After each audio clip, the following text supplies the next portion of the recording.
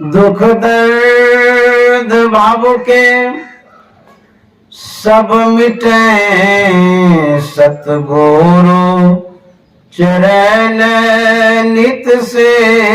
ये दुख दर्द भाव के सब मिटे सतगुरु चरण नित से।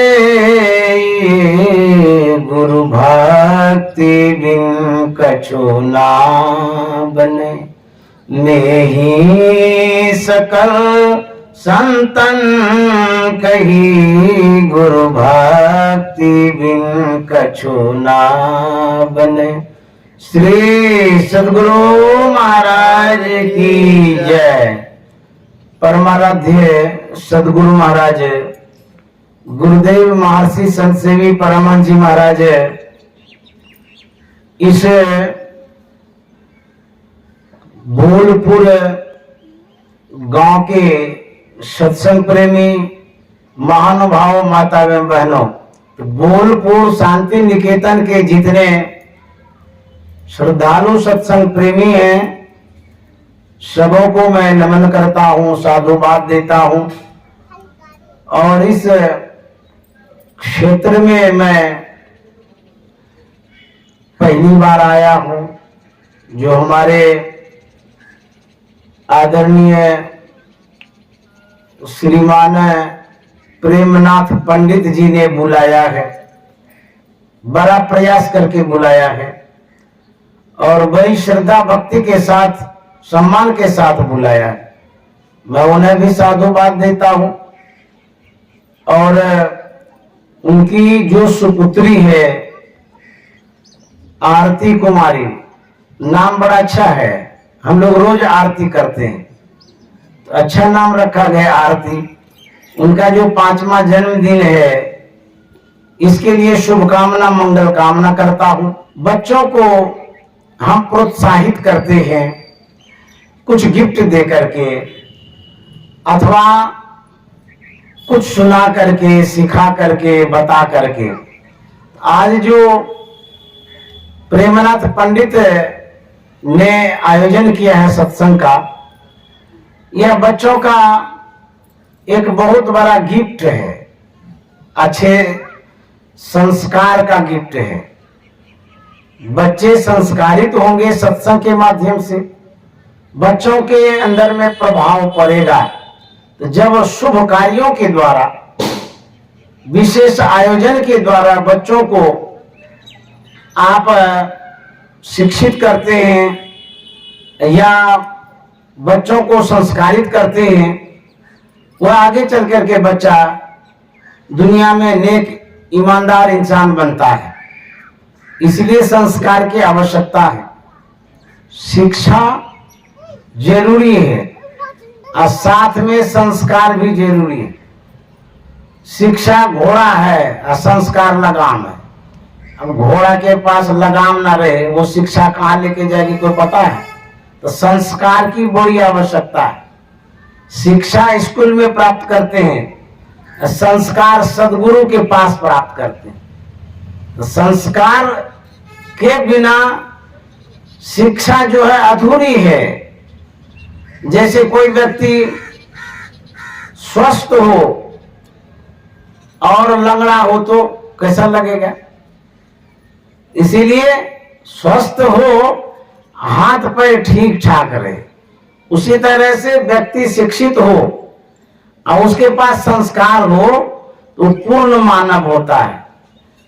तो बच्चों में संस्कार डालना जरूरी है। छोटे जब रहते हैं पूजा के लिए कहते हैं, मंदिरों में जाने के लिए कहते हैं, प्रणाम करने के लिए कहते हैं, ये सब संस्कार है। भगवान श्री राम जब बाल अवस्था में थे उनके संस्कारों को देखिए वो कैसे थे।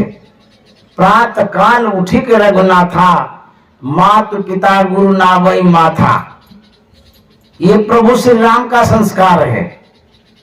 सवेरे सवेरे उठते थे, गुरुजनों को, जो वृद्ध जन है उनको माता पिता को नमन करते थे, प्रणाम करते थे। इससे क्या होता है, हमारे ऋषि मुनियों ने कहा कि यदि आप प्रणाम करते हैं गुरुजनों को, वृद्धजनों को, बड़े जनों को, तो कहते हैं अभिवादन शीलस्य वृद्धोपसेविनः चत्वारि वर्धन्ति आयुर्विद्या यशोबलम। बड़े और बुजुर्गों को प्रणाम करने से 4 चीज बढ़ती है, आयु, विद्या, यश और बल। देखिए, सिर्फ प्रणाम करने से यह फल प्राप्त होता है, ये हमारी संस्कृति की सीख है। ये भारतीय संस्कृति और भारतीय संस्कार का एक बहुत बड़ा संवाद है, गुरुजनों को प्रणाम करना। तो बच्चों में यदि ऐसा संस्कार आप डालेंगे, वही बच्चा जब बड़ा होगा तो संसार में दिखेगा कि बड़े अच्छे पौधे को पानी से सींचते रहते हैं, समय समय पर पानी देते हैं,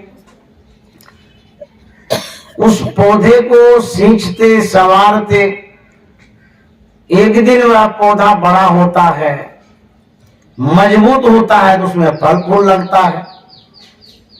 तो जो माली होता है फल प्राप्त करके बड़ा प्रसन्न होता है। ठीक उसी तरह से जो माँ बाप हैं, अभिभावक, पेरेंट्स, माता पिता जो हैं, वो माली के समान है बच्चों के लिए। तो बच्चों को रोज सींचना चाहिए, संवारना चाहिए, सिखाना चाहिए। क्या? जो हमारे भारतीय संस्कारों में है। इतिहासों को जब पढ़ेंगे तो पता चलेगा, पुराणों को जब पढ़ेंगे तब पता चलेगा कि बच्चों को कैसी शिक्षा देनी चाहिए, कैसा संस्कार देना चाहिए। हम लोग इतिहासों में जब पढ़ते हैं, एक से एक माँ बाप हुए हैं अपने बच्चों को संस्कारित करने वाले। एक माता मदालसा थी। माता मदालसा बड़ी अच्छी विदुषी महिला थी। जब बच्चा जन्म लेता था तो उसको वो सिखाती थी गोद में ही, शुद्धोसी बुद्धोसी निरंजनोसी। आजकल की माताएं कहेंगी कि ये क्या बात है, अभी तो दूध ही पी रहा है, इसको शुद्धोसी बुद्धोसी सिखा के क्या करेंगे। लेकिन माँ बाप यदि चाहें तो बच्चों को जन्म के समय से भी उसे संस्कारित कर सकते। हमारी भारतीय संस्कृति में बड़ी अद्भुत बात है। ऐसा भी सुनते हैं कि माँ के गर्भ में भी बच्चा शिक्षित होता है। गांव में एक अष्टावक्र मुनि हुए हैं। जब वो माँ के गर्भ में थे, उनकी माँ वेद ऋचा सुनती थी और उनके पिताजी जो कोहल ऋषि थे वेद पढ़ते थे और उनकी माँ सुनती रहती थी।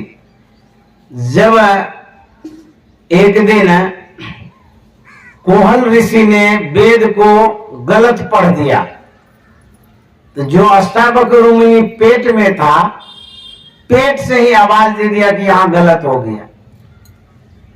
तो कोहल ऋषि ने पूछा पत्नी से कि कौन बोल दिया, कौन टोक दिया हमको। उसकी पत्नी ने कहा कि मेरे पेट में पल रहा आपका पुत्र, वही आपके गलती को जान करके टोक दिया। हैं? अभी तो पेट में ही है, टोका टोकी शुरू हो गया। उसके बाद फिर पढ़ने लगे, पढ़ते पढ़ते फिर गलती हो गई। फिर अष्टावक्र मुनि ने पेट से ही टोक दिया कि यहां गलती हो गई। तो कोहल ऋषि को बड़ा क्रोध आ गया। उसने कहा कि अभी तो पेट में ही है, इतना टेढ़ा है, टोकते रहता है। 1 लात मारा पेट में, बच्चा 8 अंग से टेढ़ा मेढ़ा हो गया। वही अष्टावक्र मुनि कहलाए, राजा जनक के गुरु कहलाए। अब बुझिए, पेट में भी बच्चा सीखता है। यदि आप संस्कार देना चाहें तो माँ बाप चाहेंगे तो ऐसा होगा। विशेष करके माँ, जिस समय गर्भावस्था में होती है, अपने बच्चों को पेट में पाल रही है, उस समय यदि वो सत्संग करे, यदि सत चर्चा को सुने, भागवत चर्चा को सुने, तो जो बच्चा पेट में है वो संस्कारित होगा। यदि टीवी देखे, फिल्म देखे, सिनेमा देखे, उसमें हीरो हीरोइन को देखेंगे, मारपीट, लड़ाई झगड़ा, तू मैं देखेंगे, तो वैसा ही बच्चा होगा। तो संस्कार यदि देना चाहते हैं तो पेट में जब बच्चा आ जाता है उसी समय से शुरू कर दीजिए, तब आपका बच्चा ऋषि मुनि महात्मा जैसा होगा, जैसे पहले होते थे। उसी तरह से संस्कार देना चाहिए। हम लोग रामचरितमानस में अभी पाठ सुन रहे थे, भगवान श्री राम बुलाए हैं राज दरबार में, किनको? पूरे समाज को, सज्जन को, गुरुजनों को, सबको बुला करके अपना विचार प्रकट करते हैं, बोलते हैं, कहते हैं। क्या कहते हैं कि बड़े भाग मानुष तन पावा, सुर दुर्लभ सब ग्रंथ ही गावा। बड़े भाग्य से मनुष्य का शरीर मिला है, ये भगवान श्री राम कह रहे हैं। हम लोगों को भी यह उपदेश सुनना चाहिए, मानना चाहिए। हम लोगों को भी जो ये मनुष्य का शरीर मिला है, ऐसे नहीं मिला है। कब हुक करी करुणा नर देही, देत ईश बिनु हेतु सनी। कृपा के सागर परमात्मा ने हमें मनुष्य का शरीर प्रदान किया, गिफ्ट दिया, भेंट किया, अनुदान में मिला। समझ गए? तो यह जो परमात्मा ने कृपा करके मनुष्य शरीर दिया है, कोई कारण से दिया होगा। मान लीजिए आपको कोई दान कर देता है, उसके मन में यही होता है कि इसको दान कर देते हैं, इनकी जो स्थिति है उसमें बदलाव आ जाए, परिवर्तन हो जाए, जो दयनीय स्थिति है उस स्थिति से ये उबर जाए, इसीलिए ना दान करते हैं। कोई भिखारी है, उसको 2 पैसा क्यों देते हैं? इसलिए देते हैं कि इसको पैसा ज्यादा हो जाएगा तो खाने पीने में आराम रहेगा। भगवान श्री राम कह रहे हैं कि परमात्मा की असीम अनुकंपा से मनुष्य का शरीर मिला है, ये दिया गया है। किस लिए दिया है? खाना और सोना, खाने सोने के लिए दिया गया है? नहीं, भगवान श्री राम कहते हैं कि इस शरीर को सुदृढ़ बनाने के लिए, बेहतर बनाने के लिए, और इस शरीर से फिर मनुष्य का शरीर मिले ऐसा कर्म करने के लिए दिया है। हम लोग जो मनुष्य शरीर में आए हैं एक दिन चले जाएंगे। आज हम हैं, कल नहीं रहेंगे। आप अपने समाज में देखते ही होंगे, बराबर कोई न कोई जाता है, मरता है, कोई न कोई बराबर मरता है। और जो जीवित हैं वो अपने आप को अमर समझ रहे हैं। सबको एक दिन जाना होगा। एकाएक सभी को जाना है कचहरिया, मैली मोर चदरिया ना। एकाएक सभी को जाना है कचहरिया, मैली मोर चदरिया ना। कहते हैं सबको बारी बारी से जाना होगा। कोई चला गया, कोई जावे, कोई गठड़ी बांध सिधावे, कोई खरा तैयार अकेला, सब चला चली का खेला। कहते कोई तो चला गया, कोई जाने वाला है। कहते हैं कोई गठड़ी बांध सिधावे। जो वृद्ध व्यक्ति है वह सोचता है कि अब तो हम संसार से चले जाएंगे, अब हमारी जिंदगी समाप्त हो रही है, अब यहां से हम जाने वाले हैं, गठरी बांध लिया। कितने दिनों तक अब रहेंगे? जब तक सांस चल रही है। लेकिन काल अचानक मार सी ज्यों तीतर को बाज, ये भी याद रखिएगा। अचानक मौत हो जाएगी किसी भी अवस्था में। बालपन में भी आप जा सकते हैं, युवापन में भी जा सकते हैं, वृद्धापन में भी जा सकते हैं। अचानक मौत आ जाएगी। जैसे कहीं जा रहे हैं, एक्सीडेंट हो गया। अभी तो बंगाल में एक्सीडेंट हुआ, कितना आदमी मर गया ट्रेन में। अब बुझिए तो उसमें तो बच्चा भी होगा, जवान भी होगा, बूढ़ा भी होगा। उसमें जो मरा होगा, क्या खाली बूढ़े मरा होगा? कोई भी मर गया होगा। उसी तरह से कहते हैं अचानक जब मौत हो जाएगी तब क्या करेंगे? इसलिए संत महात्मा कहते हैं शुभस्य शीघ्रम, शुभ काम को शीघ्र कर लीजिए। शुभ काम क्या है? कहते हैं सुकृत कर ले, नाम सुमर ले, को जाने कल की, जगत में खबर नहीं पड़ती। शुभ कर्मों को कर लीजिए। शुभ कर्म क्या है?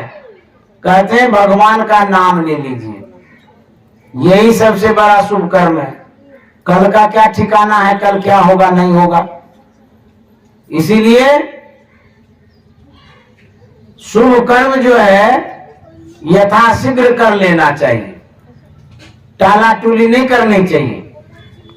हम लोग अच्छा कर्म करने के लिए सोचा करते करेंगे करेंगे, लेकिन आपके सोचते सोचते सांस निकल जाती है।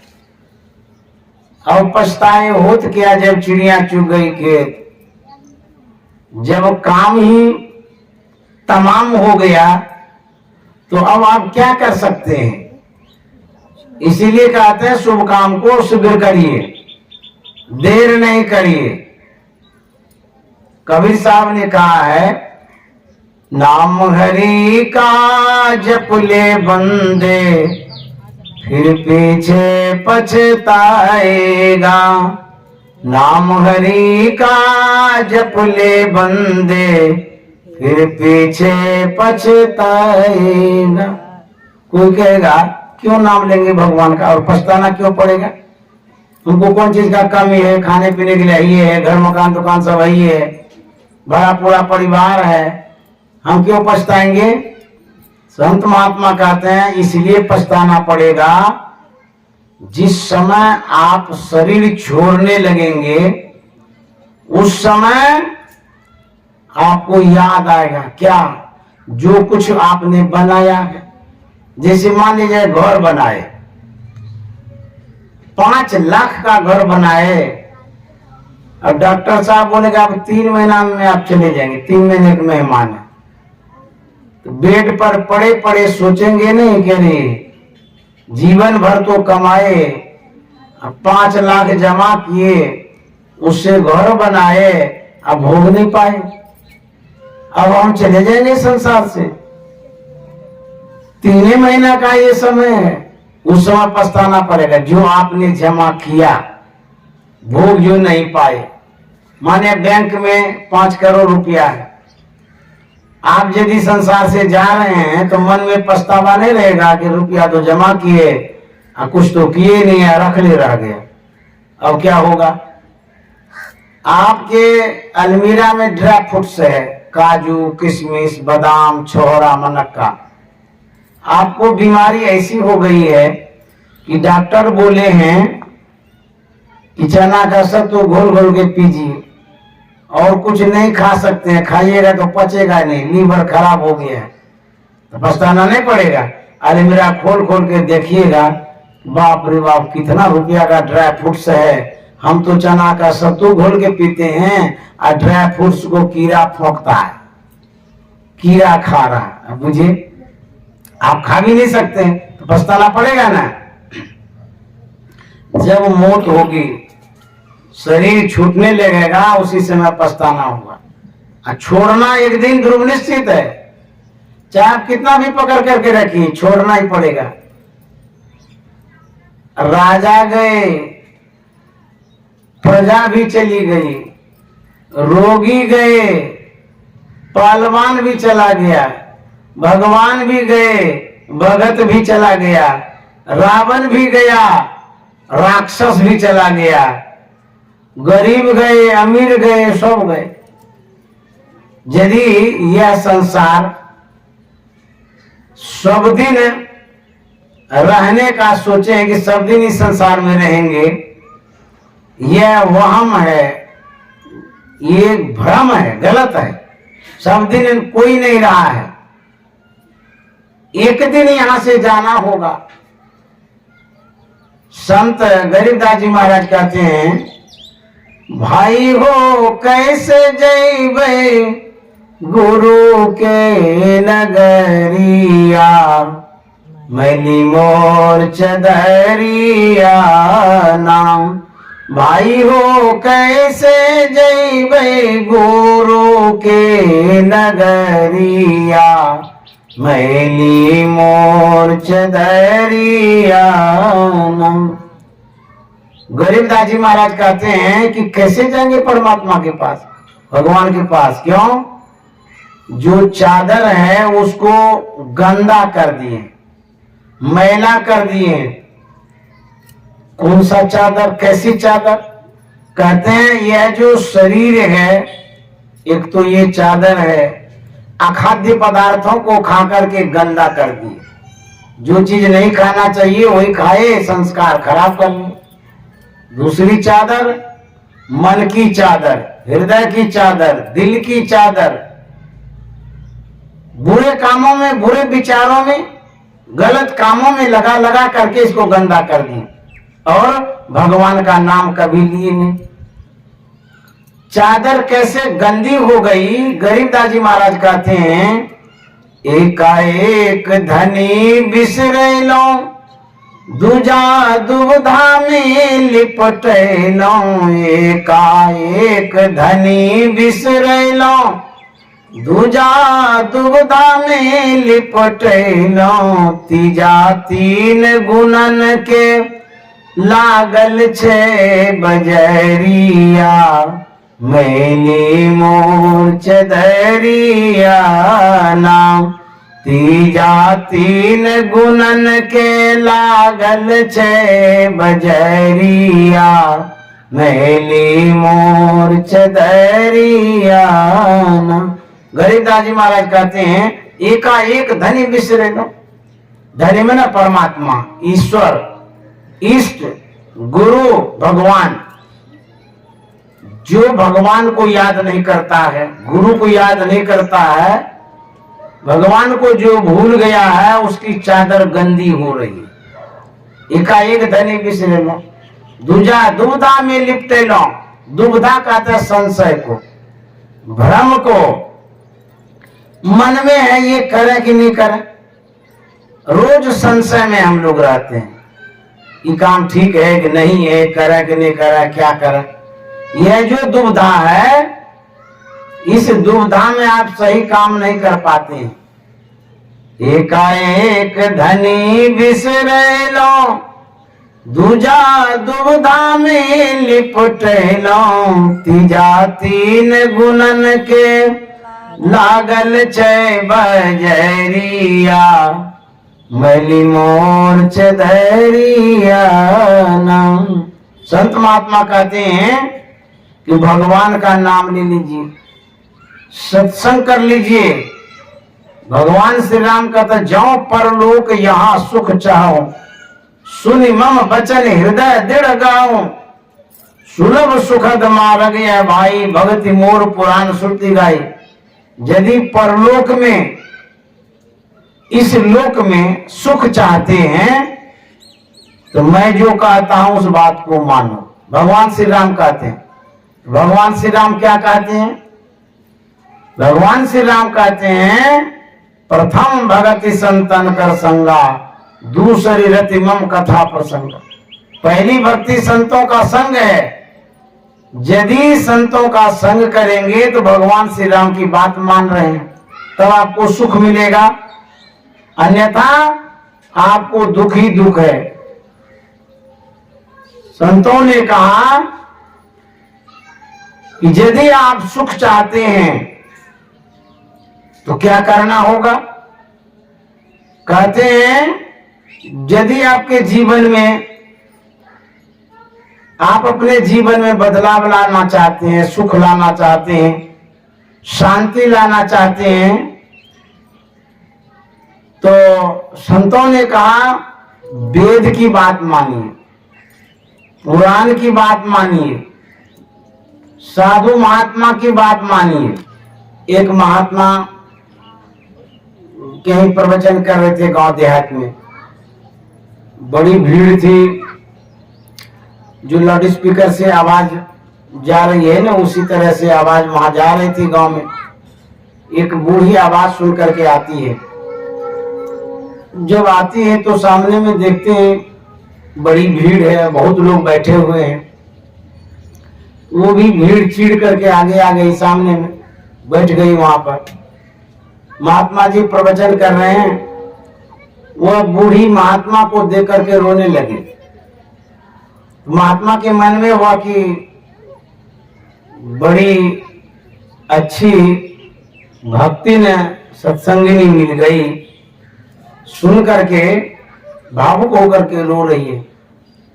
महात्मा प्रवचन करते जा रहे हैं और बूढ़ी रोती जा रही है। महात्मा के मन में हुआ जब प्रवचन पूरा हो जाएगा तब पूछेंगे आखिर कौन सी बातें ऐसी आप सुन लिए जो रोने लगी। होते होते प्रवचन पूरा हो गया, सामने में तो बैठी थी। महात्मा ने पूछा कि माता जी आप बड़े अच्छे श्रद्धालु सत्संग प्रेमी हैं, आपके अंदर में बड़ी सद्भावना है, मेरी बातों को सुनकर के आप भावुक हो गई, रोने लगी। अच्छा ये बतलाइए कौन सी ऐसी बातें आप सुन लिए जो रो रही थी, और जब तक मैं प्रवचन करता रहा आप रोती ही रही। बूढ़ी कहती है बाबा आपने जो कुछ भी कहा मैं कुछ भी नहीं समझी। बोले कुछ भी नहीं समझे, क्यों? बोले हम पढ़े लिखे नहीं है, आप कहते जा रहे थे और सुनते जरूर थे, समझते कुछ नहीं थे। तो महात्मा ने कहा तो रो क्यों रही थी? बूढ़ी कहती है कि बाबा क्या कहेंगे, मेरे पास एक पाठा खसी था बड़का, कुछ दिन पहले वो मर गया, बहुत पुराना था, बेचते बहुत रुपया मिलता, लेकिन मर गया वो। तो आपके सत्संग में जब आए, आप जब प्रवचन प्रारंभ किए, जो आपकी दाढ़ी हिली तो हमको पठवा याद आ गया। बोले राम राम राम, सबसे चौपट श्रोता जी निकले। हमारी दाढ़ी को देख करके पठवा याद करती है। इसीलिए कहते हैं सावधान सुनो धर्म मनवाई, सावधान होकर के सुनिएगा तब आपको लाभ मिलेगा। जब आप सुनते हैं आपके जीवन में परिवर्तन होता है, बदलाव आता है, क्योंकि कुछ भी आप सुने हैं आज तक, जैसा आप सुने हैं वैसा आज तक बने हैं।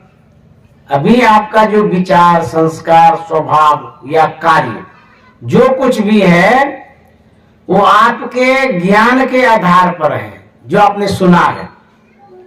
घर में भी तो सुनते रहते हैं, स्कूल में सुनते हैं, गांव समाज में सुनते हैं, साधु महात्मा के पास जाके सुनते हैं, किताब को पढ़ते हैं, वो भी सुनना है। तो जैसा सुनते हैं वैसा आप बनते हैं। हम एक कथा कहने जा रहे हैं कि सुनने से जीवन में कितना बदलाव आता है, कैसे जीवन बदल जाता है। यदि एक बात आपके जीवन में घर कर गई, उसी बात से आपका जीवन बदल सकता है। इस कथा में यही है।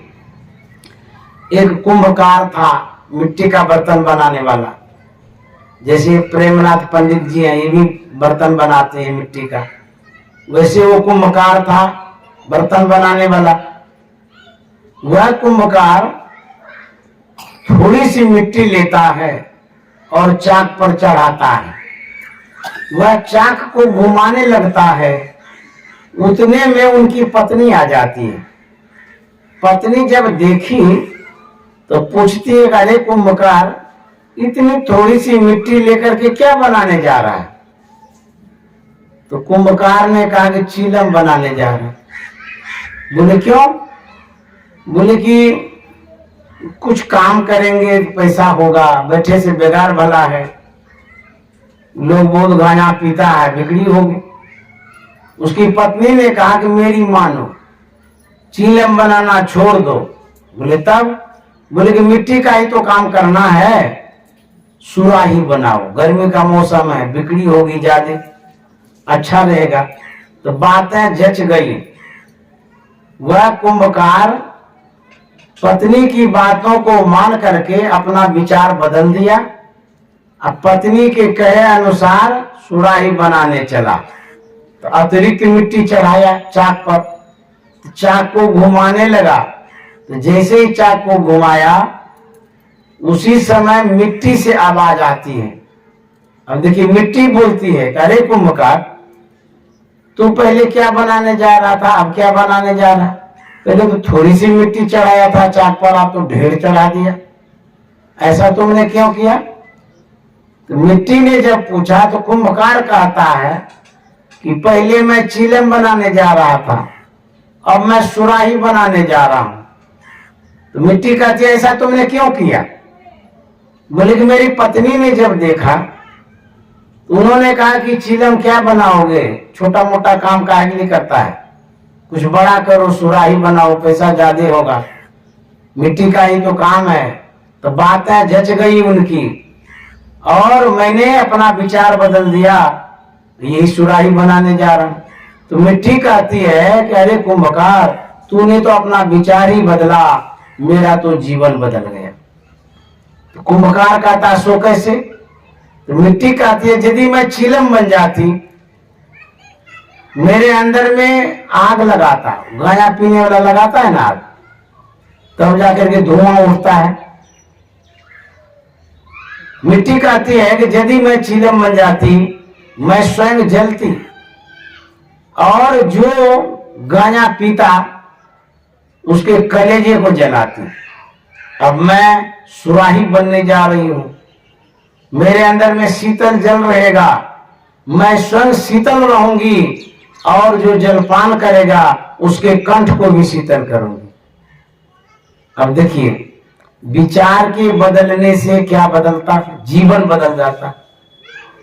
मिट्टी वही है, लेकिन परिवर्तन उसमें हो गया। कहा वो जलने वाली थी, अब उसके अंदर में शीतल जल रहने लगा, परिवर्तन हुआ ना। उसी तरह से हम लोगों का जो जीवन है, यदि सत्संग की बातों को सुनेंगे, अच्छे ढंग से समझेंगे, हमारे जीवन में भी बदलाव आएगा, परिवर्तन आएगा। क्या परिवर्तन आएगा? जिस स्थिति में आप हैं, जिस सुख दुख में अभी आप परिणत हैं, इसमें बदलाव आ जाएगा। यदि आप दुखी हैं तो सुखी हो जाएंगे, ये सत्संग का प्रभाव है। आपके जीवन में बदलाव आ जाएगा, सत्संग से ऐसा होता है। गोस्वामी जी ने लिखा है, मत की रति गति भूति भलाई, जब जेहि जतन जहां जेहि पाई, सो जानव सत्संग प्रभावो, लोको वेद न आन पाओ। यदि आप सत्संग करते हैं तो क्या बदलाव आएगा? कहते मति, मति का अर्थ होता है अच्छी बुद्धि। आपके पास अच्छी बुद्धि आ जाएगी, और क्या होगा? कहता कीरति, आपका यश फैलेगा संसार में, नाम हो जाएगा संसार में, और मरने के बाद अच्छी गति होगी, संपत्ति की प्राप्ति होगी, ऐसा गोस्वामी जी कहते हैं। मत की रति गति भूति भलाई, जब जय जतन जहां जय पाई, सो जानम सत्संग प्रभाव, लोको वेद न आनु पाओ। ये सत्संग के प्रभाव से होता है। यदि आप अपने जीवन में बदलाव चाहते हैं तो सत्संग से लागी रहो रे भाई, तेरी बिगड़ी बात बन जाए। सत्संग से लगे रहिएगा तो जो अभी तक बिगड़ा हुआ है वो सुधर जाएगा, बदलाव आ जाएगा, परिवर्तन आ जाएगा।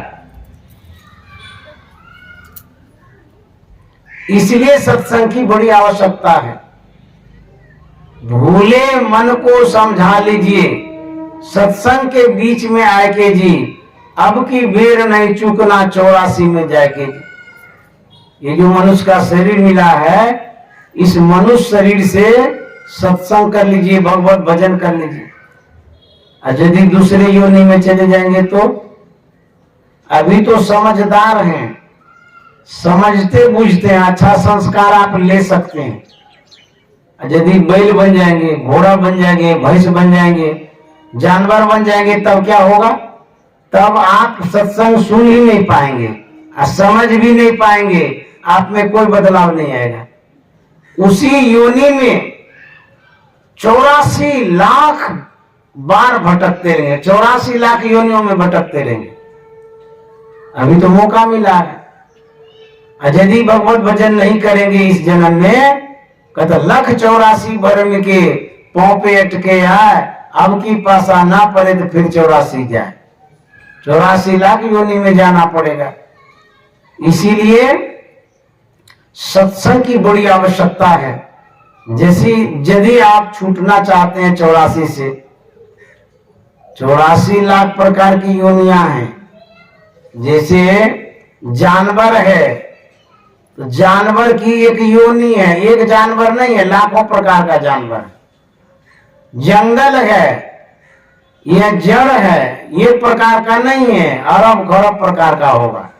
उसमें चले जाएंगे तो कछुआ बन जाएंगे, तो एक एक कछुआ 300-300 बरस तक तैरते रहता पानी में। अब बुझिए, एक योनि गाय घोड़ा गधा कोई भी है, जब तक वो है तब तक आपको दुख भोगना पड़ेगा। बैल को देखिए कादों में कीचड़ में रहता है, भैंस को देखिए कुट्टी खाती है, कितना कष्ट है उनको। इसीलिए संत महात्मा कहते हैं, दीवाने मन भजने बिना दुख पैयो, दीवाने मन भजने बिना दुख पैयो। यदि भजन नहीं करेंगे तो दुख भोगना पड़ेगा। पहला जन्म भूत का पैयो, 7 जन्म पछतैयो। कबीर साहब का था भूत बनना पड़ेगा, कितना कष्ट होता है। इसीलिए सत्संग की आवश्यकता है। हम लोग जिस क्षेत्र में रहते हैं, यहाँ पर विशेष करके जो पदार्थ नहीं खाना चाहिए वही खाते हैं। क्यों ऐसा होता है? इसलिए ऐसा होता है, उस पदार्थ में जो अवगुण है उसको हम नहीं जान पाते। हमारे गुरु महाराज कहा करते थे, जो जानवर होता है उसमें अज्ञानता विशेष रहती है। चाहे वो बकरा हो, बकरी हो, मुर्गा हो, मुर्गी हो, मछली हो, अंडा हो, कुछ भी, उसमें अवगुण अज्ञानता का होता है। उसी पदार्थ को यदि आप खाएंगे, आपके अंदर में भी अज्ञानता आ जाएगी। आप मनुष्य योनि में नहीं आ सकेंगे। क्यों? उस पदार्थों को खा करके, जो अखाद्य पदार्थ है, अपने संस्कारों को खराब कर लेंगे। सबका जो जन्म होता है अलग अलग पदार्थों से होता है। जैसे मछली का जो शरीर बनता है वो गंदे पदार्थों से बनता है। घृणित पदार्थ को मछली खाती रहती है पानी में, उसी से उसका बॉडी बन जाता है, उसी को हम लोग खाते हैं। आपके शरीर में ढीला है, चीलर है, जानते हो कैसे बनता है? आपके शरीर में जो गंदगी बढ़ती है, पसीना आ जाता है, उसमें गंदगी आ जाती है, उसी से वो जन्म ले लेता है। नदी नाला में जो कीड़ा होता है, उसी गंदगी से उसका जन्म होता है। भैंस जो है घास खाती रहती है, मुर्गा अलग का अलग खाना है। तो संत महात्मा कहते हैं मानव का यह भोजन नहीं है, मानव का भोजन अलग है और जो जीव जंतु है उसका भोजन अलग है। आप गाय को मांस खिलाइए, मर जाएगी, को भी नहीं खाएगी। आप बाघ को घास खिलाइए, वो मर जाएगा, को भी नहीं खाएगा। देखिए उसमें कितना ज्ञान है। वो जानता है ये चीज खाने का नहीं है। लेकिन मानव ही एक ऐसा प्राणी है, जितना जीव है सब खाता है। कोई ऐसा भारत में ही राज्य है जहां कुत्ता भी खाता है। आपको नहीं पता है तो पता लगा लीजिएगा। कुत्ता खाता है, गिरगिट खाता है, सांप खाता है, कोई चीज ऐसा, मानव को भी खाता है। वो है, हम नाम नहीं कहेंगे, लेकिन वहां खाता है। इसी भारत में है वो। अब बुझिए क्या क्या नहीं मानव खाता है। इससे संस्कार खराब हो जाता है। एक बार महात्मा गांधी कांग्रेस का मीटिंग कर रहे थे। उसमें मीटिंग में जो एजेंडा था उसको पहले तैयार कर लिया था। महात्मा गांधी के समय की बात कर रहे हैं। एजेंडा तैयार तो कर लिया, वहां पो में भाग दौड़ में वो पेपर ही खो गया, हेरा गया। महात्मा गांधी बड़े चिंतित हो गए। तो बोले रे एजेंडा ही नहीं है तो बात किस पर करेंगे, मीटिंग कैसे करेंगे। तो राजेंद्र बाबू जो भारत के प्रथम राष्ट्रपति थे, वो बिहार के थे, राजेंद्र प्रसाद सिंह। उनसे महात्मा गांधी ने कहा कि आपने तो एजेंडा को पढ़ा था, तो आप स्मरण के आधार पर लिख दीजिए। तो राजेंद्र बाबू को जब कहा गया तो राजेंद्र बाबू पूरे एजेंडे को हूबहू उतार देते हैं। उतार करके जवाहरलाल नेहरू के सामने प्रस्तुत कर दिए। तो जवाहरलाल नेहरू पढ़ ही रहे थे उस एजेंडे को जो राजेंद्र बाबू ने लिखा था। तब तक में जो पहला एजेंडा था जो लिखा गया था, खो गया था, वो भी मिल गया, वो भी दे दिया भारत के प्रधानमंत्री को, जवाहरलाल नेहरू को। अब दोनों एजेंडा आ गया, राजेंद्र बाबू का लिखा हुआ वाला भी और पहले वाला भी। तो दोनों को मिलाने लगे जवाहरलाल नेहरू। जब मिलाने लगे, जो पहला वाला एजेंडा था, जो कुछ भी लिखा था जैसा हूबहू वैसा ही राजेंद्र बाबू ने स्मरण के आधार पर लिख दिया था। तो जवाहरलाल नेहरू ने कहा वाह क्या दिमाग है कि कहीं भूल नहीं, सब सेम सेम उतार दिया। इस पर राजेंद्र बाबू ने कहा था जवाहरलाल नेहरू से, ये जो दिमाग है ये अंडे का दिमाग नहीं, ये दूध का दिमाग है। बुझिए जो सात्विक भोजन करते हैं उसका दिमाग भी तेज होता है। इसलिए हमारे गुरु महाराज ने कहा खान पान को प्रथम समारो, तब रस रस अवगुण सब मारो। जो व्यक्ति अखाद्य पदार्थों को खाते हैं उसे नहीं खाना चाहिए।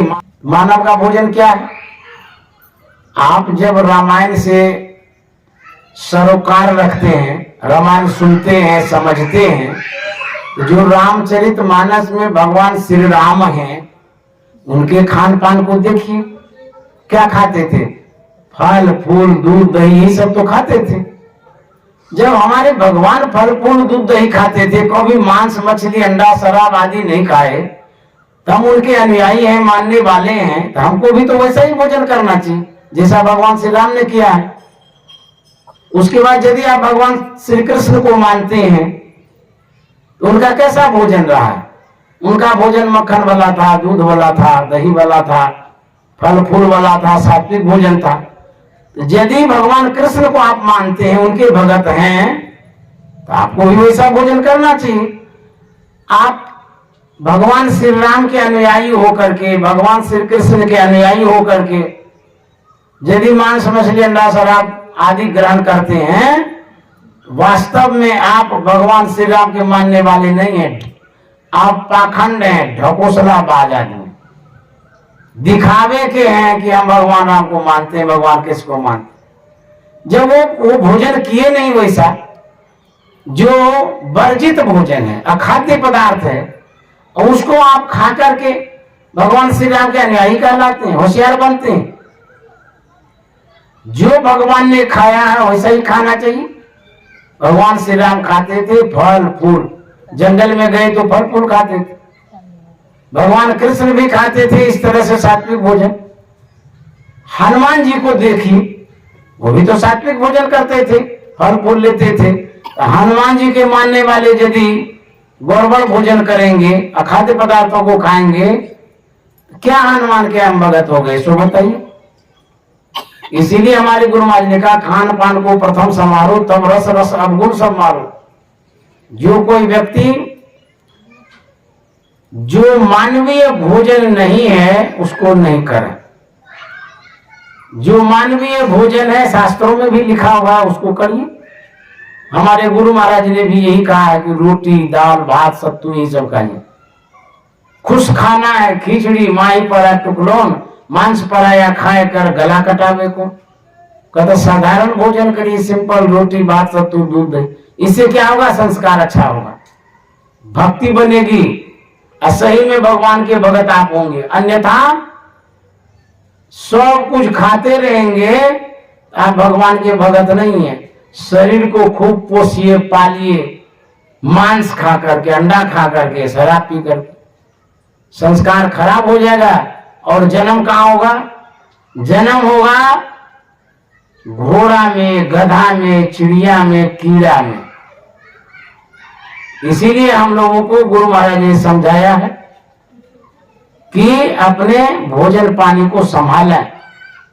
तो मैं अब यही वाणी में विराम देना चाहूंगा, क्योंकि समय भी हो गया है। मैं उन बच्ची को जो आरती कुमारी है शुभकामना करता हूं, धन्यवाद देता हूं। जो उनका 5वां जन्मदिन है, उस अवसर पर यह सत्संग कराया गया।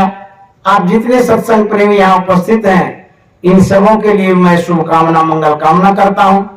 मुझे बड़ा प्रयास करके प्रेमनाथ पंडित ने बुलाया, इसमें बेचारे को परेशानी भी हुई, धन खर्चा भी हुआ। किसी महात्मा को कैसे बुलाता तो खर्चा तो होता है, ये व्यवस्था जो किया गया इसमें भी खर्चा होता है। इस तरह से मैं प्रेमनाथ पंडित को साधुवाद देता हूं। और मेरे पास जो समय था इतना ही था। आप लोग जुड़ करके अपना कल्याण बनावें, औरों को भी इस मत से जुड़ने के लिए कहें, प्रयास करें, ताकि यदि जुड़ेंगे तो आपका अवश्य कल्याण होगा। इन्हीं शब्दों के साथ वाणी में विराम देता हूं। श्री सद्गुरु महाराज की जय।